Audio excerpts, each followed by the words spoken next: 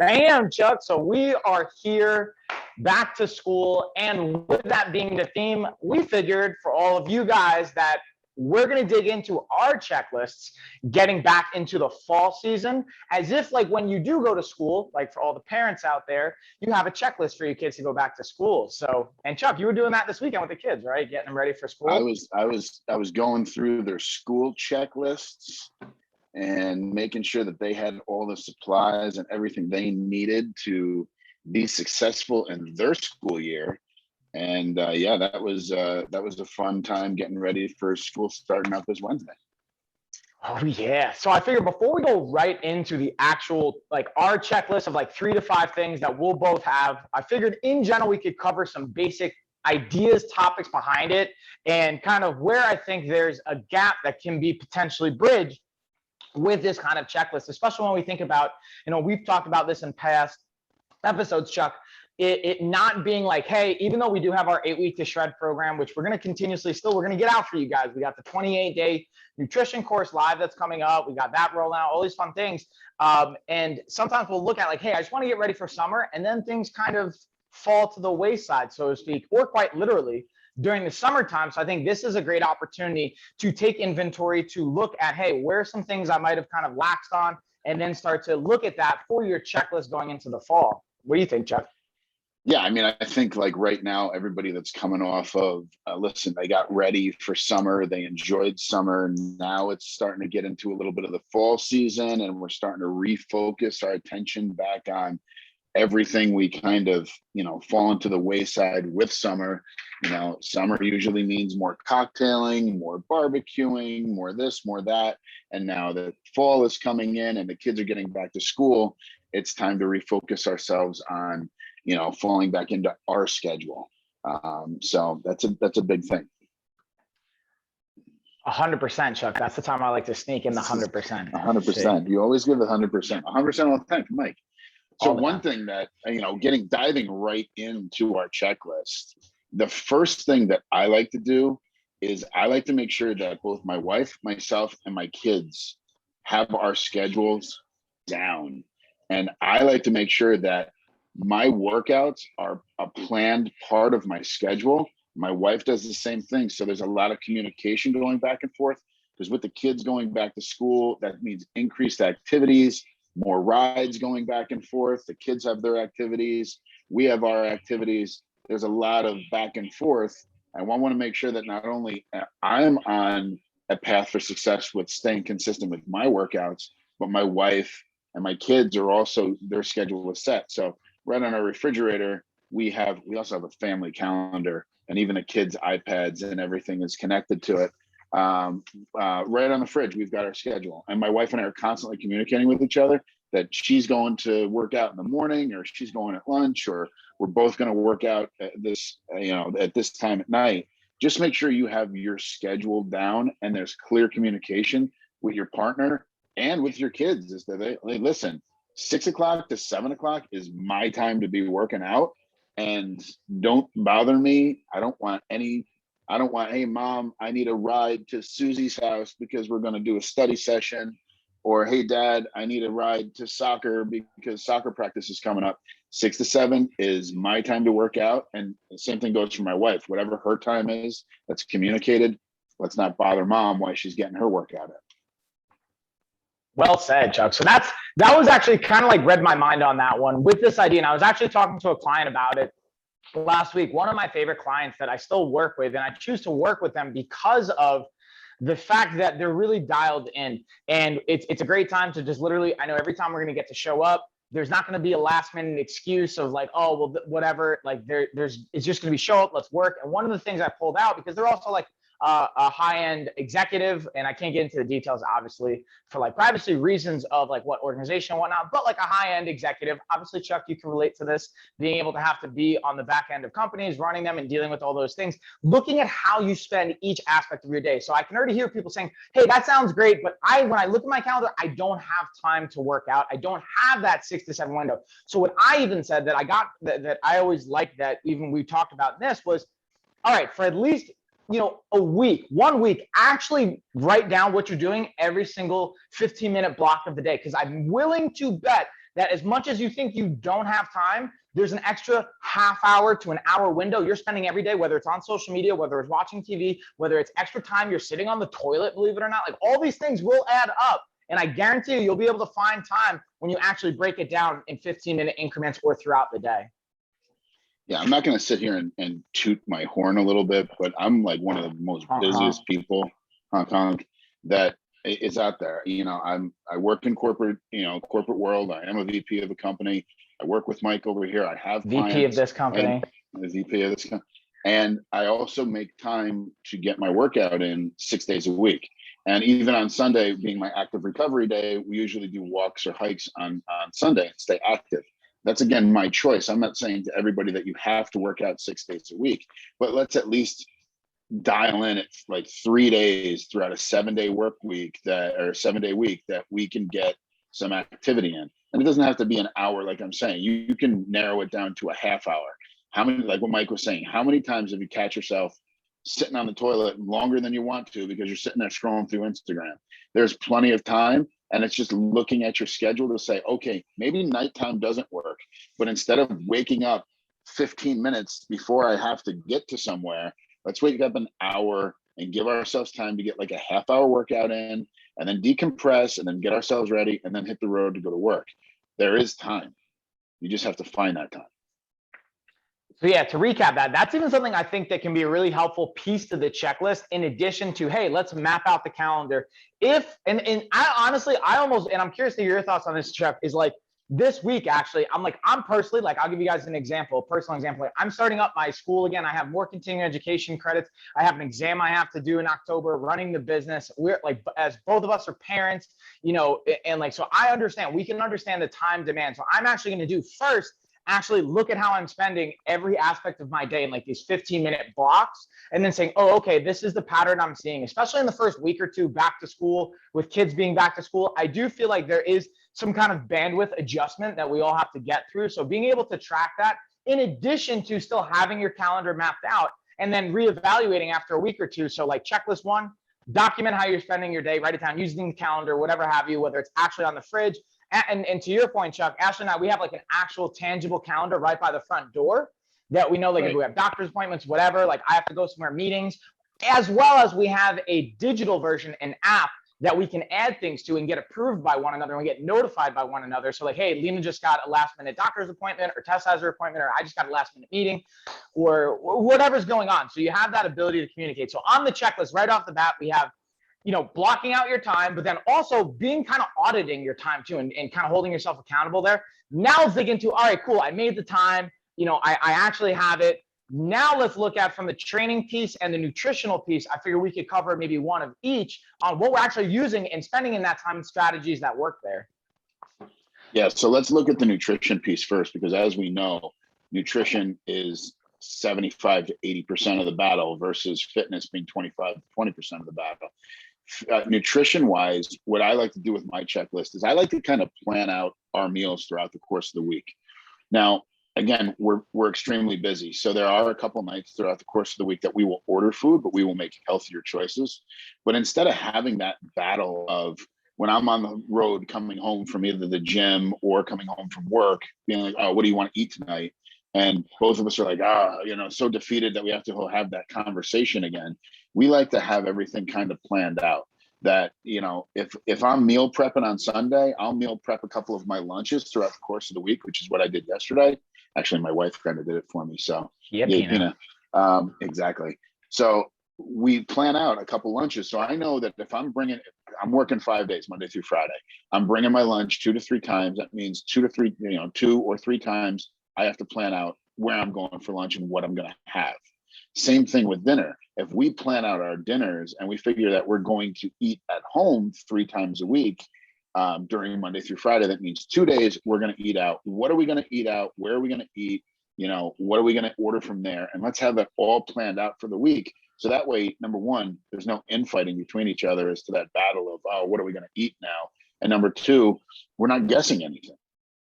So try to have that checklist all planned out.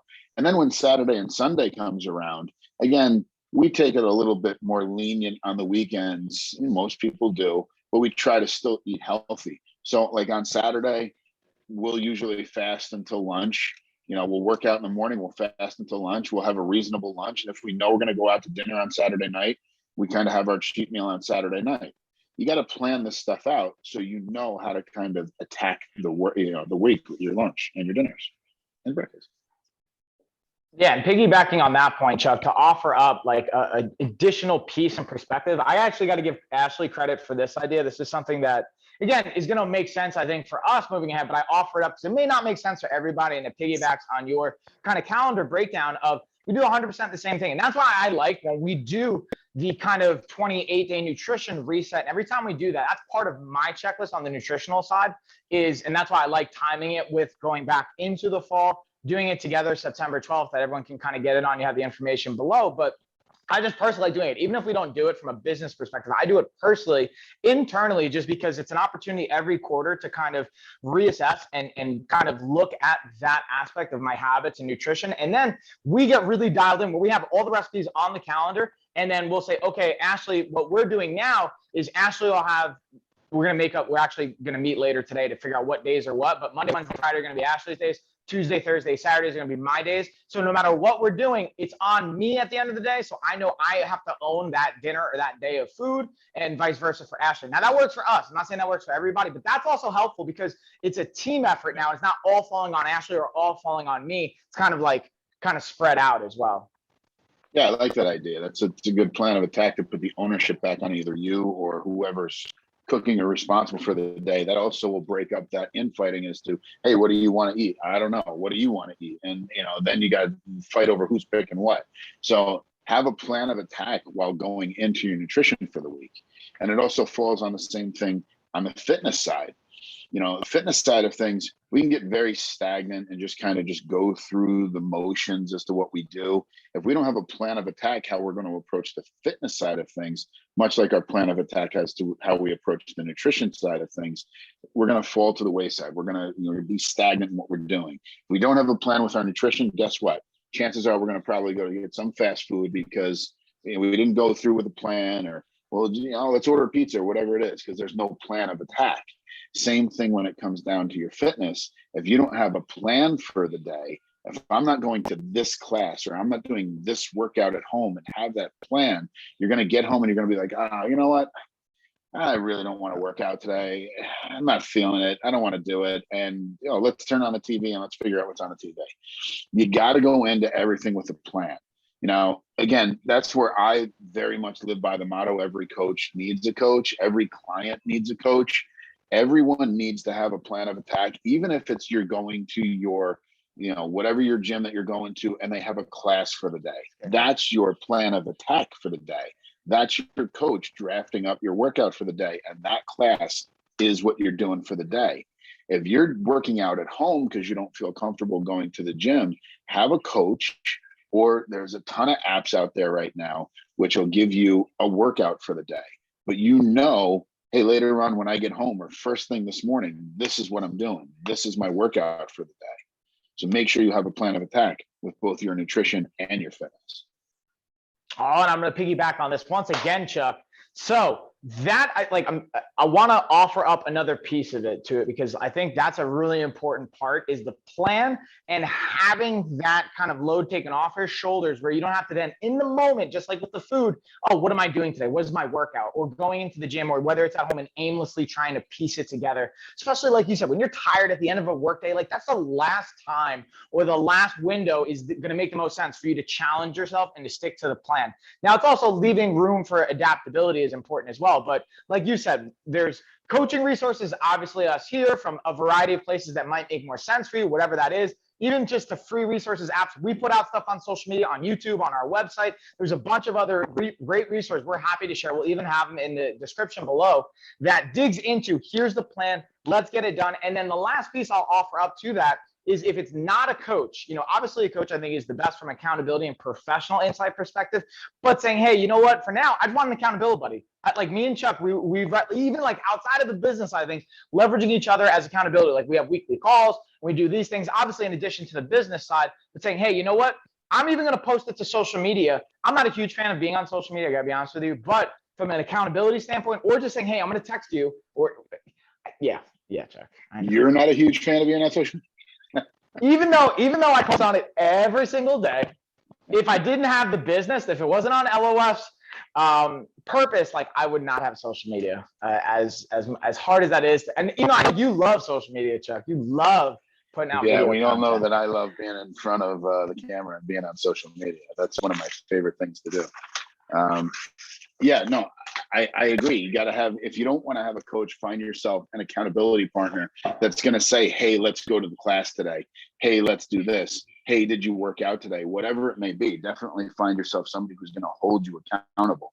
And listen, again, it depends on the amount that you want to invest in yourself.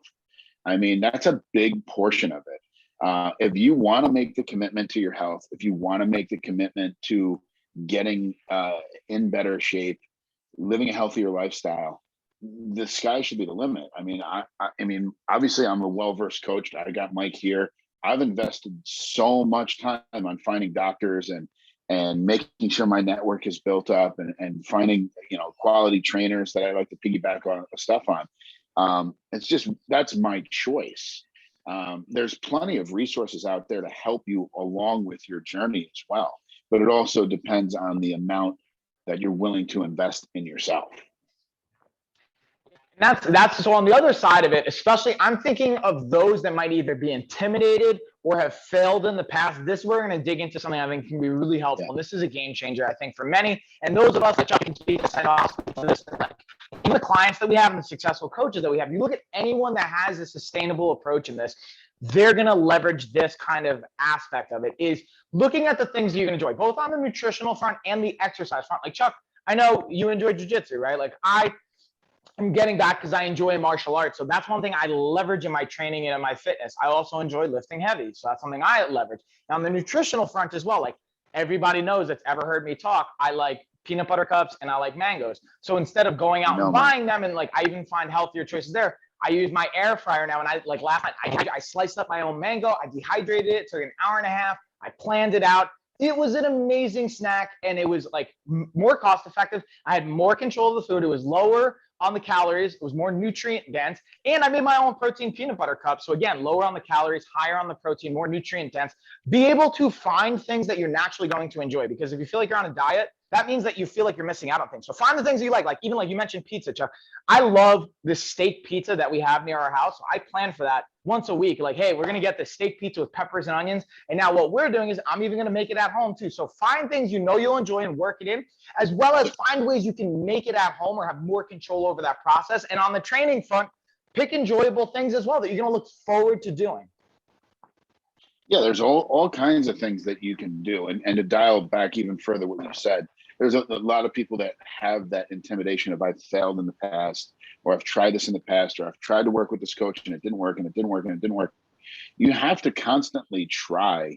And if you fail at it, try again, because there's going to be so many times that you try to do something until you find the right secret sauce that's right for you. I mean, there's so many times that I've either tried coaching, having somebody draft me up a program and it just didn't work, or I've tried keto, I've tried paleo, I've tried all these different diets and it just didn't work for me. And I've been defeated, and I've gone down the road of just like, you know what, I'm just going to go back to doing what I'm doing and throw my hands up and walk away. But then ultimately, after so many times of failing, I found the right secret ingredient sauce for myself. And then ultimately I'm on a healthier path. Just don't give up on your process just because you failed a few times. You'll definitely find the right method that works for you, and working with the right people and the right accountability partner. Don't give up on it right away. After 2 or 3 times, you're certainly going to fail. It's not going to happen overnight. Just stick with the program. And Mike, you talked about making pizza. We make phenomenal pizza. And again, we're straight up Italian dudes over here, right? So high standards of pizza. My father-in-law owned a pizzeria for like 40 years. So we've got very, very high standards. We make cauliflower crust pizza all the time. We've like kind of dialed into what our favorite cauliflower crust is. And we go and we buy those, and we make our sauce, and we get the ingredients that we want to put on it. And we figure out a way to work in the foods that we really like, but make it a healthier version. Yeah, one thing I found too, Chuck, and I'm curious to see like where your kids are at with this, just because like there's obviously an age, like my daughters are like 3 and a year and a half. For those of you that for whatever reason don't know, if you haven't been listening, I've been talking about them all the time. I know they like enjoy the process when we make foods, like when we make popsicles, like homemade protein popsicles. I literally just make a protein smoothie and throw it in like a popsicle mold, and they just like go crazy for it because they think it's ice cream. Or I mean, I guess it is, but like being and like going back to making your own pizza, like when we even do a flatbread pizza when we're not doing cauliflower crust, we do all these different variations. The girls like being a part of the process, and then they eat the food, and then they don't even realize what's being built and those habits. Or like every morning now, the girls like time to work out, like they go to the garage because they know, hey, dad's gonna go work out, we want to go hang with him. And seeing those pieces also, I'm curious, like if you notice that builds it into them as well and their involvement to it for the kids perspective. Yeah, I mean, my kids are a little bit older than yours, but they definitely take interest as to what mom and dad are doing. My daughter likes cooking. She likes getting involved and getting her hands dirty. You know, my son, on the other hand, just wants to be called for dinner. What's for dinner? Let's eat it. Whatever's put in front of me. But like when we go out to like a restaurant or something, and they'll put bread in front of my kids, my son will have like one piece, and he'll be like, "All right, that's too many carbs for me." So the first time he said that, I was shocked. I was like, what? Did he say that? But they see what we do with our nutrition and our habits and this, that, and the other thing. And they definitely start to pay attention to it and start to model and take after us with what they're doing. You know, I've talked about it many times before on the podcast. We like to eat organic grass-fed foods all the time. And our kids know what organic grass-fed food means, you know, so for them to understand that and for them to be like, hey, is this organic? That's a big thing because we want to teach them that and have them take part in that throughout their entire life. The healthier we get our kids to understand and eat now, that's setting them up for long-term success down the road. Same thing with my son. Like he'll see me in the garage and he'll come out and he'll start lifting some weights. And I think that that's great. We were just on vacation. We just took them to Kalahari, and we were like, you know, guys, we're going to go down to the fitness center. You guys can either stay in the hotel room and not leave the hotel room, or you can come to the fitness center with us. So like, we'll go to the fitness center with you. And they came down, and while we were working out, they were working out too. And that's such an exciting piece to me is, again, not the forced aspect of it, of where there's going to be resentment and things like that. But, and again, you could speak to this too, Chuck, not just from your own kids, but from your own like childhood, right? Growing up in a gym atmosphere, the influence and the impact it can have. So I kind of want to, and we could like continuously build upon this and rant and whatnot. So I figured we'll start to bring it home though and kind of recap that checklist. And again, covering the kind of implementable, because again, we always like to talk about some of the like theoretical looks at it, but then also give you guys tangible, applicable steps and recapping it at the end. So going through that checklist, being able to leverage a calendar, whether that's the tangible calendar, whether it's a digital calendar, combination of the two. And then in addition to that, kind of piggybacking with that is doing an audit of your actual time to hold yourself accountable to that and then be able to map it out and then kind of bringing it home with both the nutrition and the training piece. Map those things out, pick the foods you're going to have on those days. And you know yourself, that's the one thing I always say is like, if you know you need to have rigid rules, stick to them. If you want to have a couple of options, give yourself 3 or 4 options you can mix and match, but have a plan in place and have it mapped out so there's one less guess step. And same thing on the training, have your fitness workout mapped out, have whether, like you said, Chuck, the calendar, you booked a class, or you have your partner you're working out with, or make it known to your accountability buddy what your plan is and then share that. So those are, to me, the big checklist takeaways. Chuck, I'm going to kick it to you to see like any other kind of angles or looks or perspectives on there, anything we might have missed in there too. Yeah, you hit the nail on the head with all of it. The one thing I would like to say though is try to have your plan of attack or sit down with your partner, your significant other before you do your grocery shopping. Most grocery shopping is done on the weekend. Try to have your plan of attack done and your talk and schedule and everything done before you go do your grocery shopping. So that way you're not doing that last minute shopping throughout the course of the week. Again, when it comes down to setting up your schedule for fitness, look at what all of your activities are throughout the course of the week. Look at that calendar. Sit down for 15 to 20 minutes with your significant other, your partner, whatever it is, and just go over everything before, you know, Monday. You're like, oh no, I'm going to go do this or I'm going to do that. Try to have your conversation in a nice, quiet environment where you can go over everything. And that way there's no miscommunication while you're doing it throughout the course of the week. So have your plan of attack and your nutrition. Talk before you do your grocery shopping, and sit down in a quiet environment and put everything on the table as to here's what the game plan is for the week. Here's what Johnny and Susie has, blah, blah, blah, blah, lay everything out, and then work it out together as to, okay, you're going to do this, I'm going to do that, and this is our time. And then afterwards, have family time. That's a key one too. I think I want to like reiterate that point of like having both the functional and like applicable side of things, but also the enjoyable side of it. So it makes it feel sustainable. And so you not feel like you're sacrificing too much at the end of the day. And that's where the sustainability comes back in. But again, guys, like if you guys have additional questions on that, or you want more resources, let us know below. One thing I figured we're also going to share that you guys will see roll out this week on the social media side is like, we'll give you a sample shopping list, even something that comes from the 28-day nutrition course that we're launching again, September 12th. You guys can see we have a webinar that's going to be coming out that you can still register for September 8th at 8 p.m. Eastern time. You guys can check that out. We'll have the information below. We're going to be doing, it's a free webinar going over sustainable habits, as well as digging into what the actual 28-day nutrition course is going to look like, the live aspect of it, all the fun benefits and everything in between.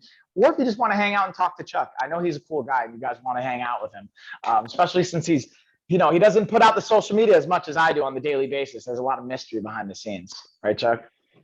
I'm not doing a social media thing every single day. I'll do like one a week, but I'm not doing one every single day. It's not going to happen.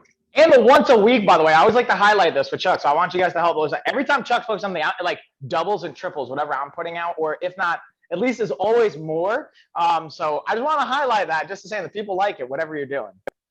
I feel like you're just watching the video over and over again and getting more views. It's you. It's not anybody else. Listen, I'll be honest. Like you know this probably more than most. I have other things, right? Like we have other things on our task list beyond for me to do than just watch that. So I think that's just the opposite of, we'll say, ego, the insecurity potentially kicking in. I promise you, I'm watching it once or twice and everyone else is just helping blowing up. I appreciate that, everybody. Again, check the resources we have from our social media to when Chuck's dropping stuff, to, again, the free webinar we have September 8th to the 12th, the next live challenge starting. We have our total body booty builder series. We have the fitness, all that great stuff is below. We'll expand upon that, dig into any questions, and then we'll keep it rolling right along for you guys. Yep. Live challenge coming up soon. 28-day challenge. I believe it's September 12th. Let's get a big group together and let's do the cleanse going into the fall season. So let's hit it. Boop, boop. Yeah, Chuck. Yeah, Mike.